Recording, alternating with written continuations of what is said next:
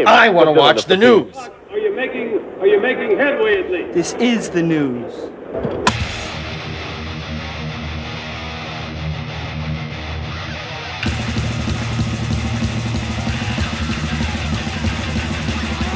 Schmack-a-macabre! It's time for the only news that matters. And Geddy Lee has a new memoir he put out called My Effin' Life. So he's doing a bunch of interviews now and talking about how him and Alex could get back together, play, and even call it Rush. You know, but then in another interview he talked about it can't be Rush without Neil. But now he's back to saying it again. He keeps bringing it up because I think it's really good for promoting the book. You know what I'm saying? You know, bring stuff like that up, and it helps promote the book. And hey, he doesn't have to say all this stuff for me to buy it because I plan on getting My Effin' Life. But in a new interview with the Los Angeles Times, Geddy said that he missed the band. He said he misses it enormously. It was hard for me when Neil Peart announced he was going to retire, he said, which is a word I refuse to hear. Do I miss the adulation? No. Do I miss the sound of the crowd a little bit when I get to see my friends on tour? I am jealous. They're still enjoying it, so yeah, I do miss the noise of the crowd. It's been 8 years since the last Rush gig. To start the whole thing up again takes an incredible amount of kiesh. That's Yiddish for strength. Would I do it again? It's possible. Will I do something else musically? It's possible. Now that I've turned myself into a farkate, which is, I think, Yiddish for lousy. I think I pronounced that right. I have to get this out of the way first, which he's talking about his book. You know, I asked if there ever could be another Rush show. Geddy said, there could be a show that pays tribute to the songs of Rush. I would never say there will never be another Rush show. We get approached all the time to do it. Pressed about whether drummers ever say, if you can continue without Neil, I'm available. Geddy says, again, all the time. At the Taylor Hawkins tribute concert in September of 22, Alex and I played with Dave Grohl and a bunch of other drummers. Neil would have loved it. I know he was looking down at us or looking up at us and thinking, man, that would have been fun. Now, asked about new music on the Long Island Weekly, he said, I recently discovered a couple songs that have been left off my solo album, My Favorite Headache. Listening to them was really quite fun, and I decided that I wanted to see about fixing those up and just breathing some fresh air into them. And that experience reminded me of how much fun I have in the studio. So of course, my lifelong buddy and bandmate Alex and I would like to get back in the studio together and see what might happen. I have no idea, I'd like to flesh out on my own too. Once I get this crazy crap that I agreed to do, the book tour and the TV show, and find some space for myself, that I certainly like to start playing something.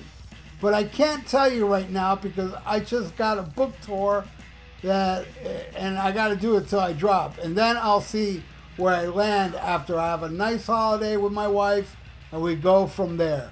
I don't like to plan too far ahead anymore.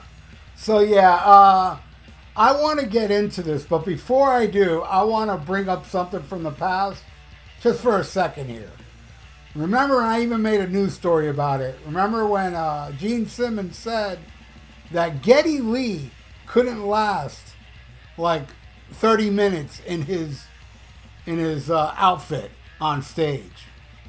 You look at Geddy Lee here, he looks more fit than Gene ever have. I think he can wear that costume, play bass, sing, and play the keyboards with his damn feet. You know? Gene Simmons, and you know, what's with Gene Simmons and Geddy Lee? Then he talks about, I taught Geddy Lee some stuff about bass that he didn't understand. Well, you know, I know Gene's not a bad bass player. He's fucking really good. But he's not at the level of Geddy Lee. Give me a break.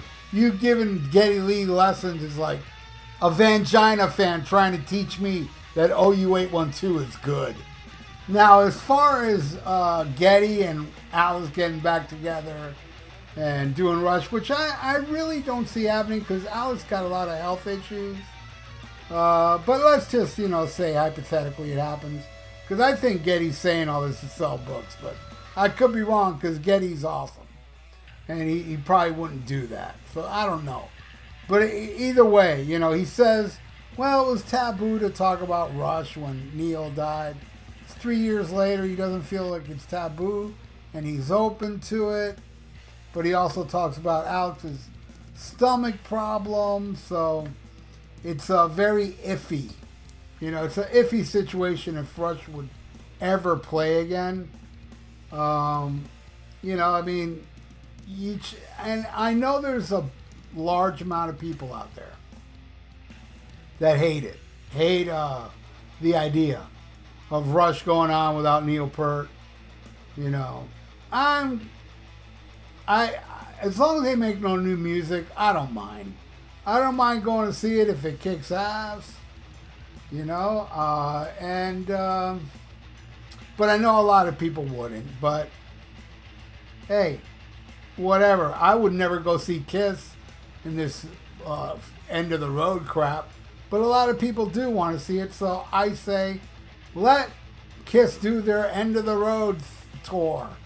You know, let them do it. Like the people that buy into Kiss and enjoy that, which is mostly casuals that only know I was made for loving you and rock and roll all night. My point is that, hey man, I don't want to take enjoyment away from people that like fake stuff. To me, I'd go see Rush with Geddy and Alex and some great drummer. You know, I definitely pay to see that. I already seen him with Neil Peart, so I know what I'm going to go see is kind of a cover band-ish. I know it's 2 out of 3, which is hard, you know, but still, without the great Neil Peart, it's not Rush. Just, you know, I hope, the one thing that I really hope is that they don't make no new music under the name Rush. Unless it blows my mind, but I doubt it would. And I love the way Rush ended their career because I absolutely love A Clockwork Angel. It's like my favorite albums and singles from Rush. And the way that song ends with The Garden, those beautiful lyrics Neil Peart wrote, is such an amazing closure to the Rush discography. That, oh, please don't write nothing new under the name Rush. Please let it end like it did with The Garden. And, you know, I just love the hell out of Clockwork Angels. And I'm glad that is the last Rush album.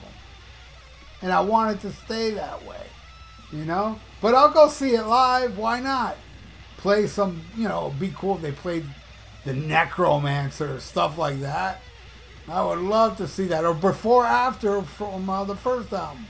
You know, that was John Rusty, you know. May he rest in peace as well.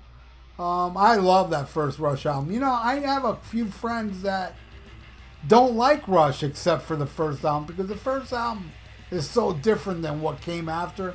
Yeah, Fly By Night had Best I Can, a couple of songs that, you know, could have fit on the first album. But that first album was more Led Zeppelin, hard rock, where they became a little more proggy, and I like more the Neil Peart stuff, you know, in the 70s especially. But I love that first Rush album. I think it's amazing. So if Rush ever does do a tour again, and they do get a drummer, I hope they hire the greatest drummer ever. Now that Bret Michaels doesn't want to do Poison anymore, Ricky Rocket would be the perfect replacement for Neil Peart.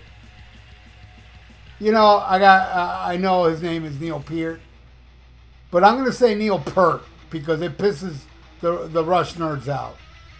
So, yeah, Ricky Rocket, perfect replacement for Neil Peart.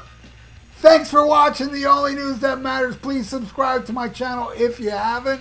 And please, leave your comments below. Would you not go see this? Or do you want a new Rush album? Whatever, different opinions, or if you agree with me or don't, leave it in the comments below. I would really appreciate that, and like the little, it's really good if you like the video, because for the YouTube agnerisms. So, stay frosty, listen to Black Sabbath, and smack 'em a gob. Farewell and adieu to you fair Spanish ladies. Farewell and adieu, you ladies of Spain. For we've received orders for to sail back to Boston. And so never more shall we see you again.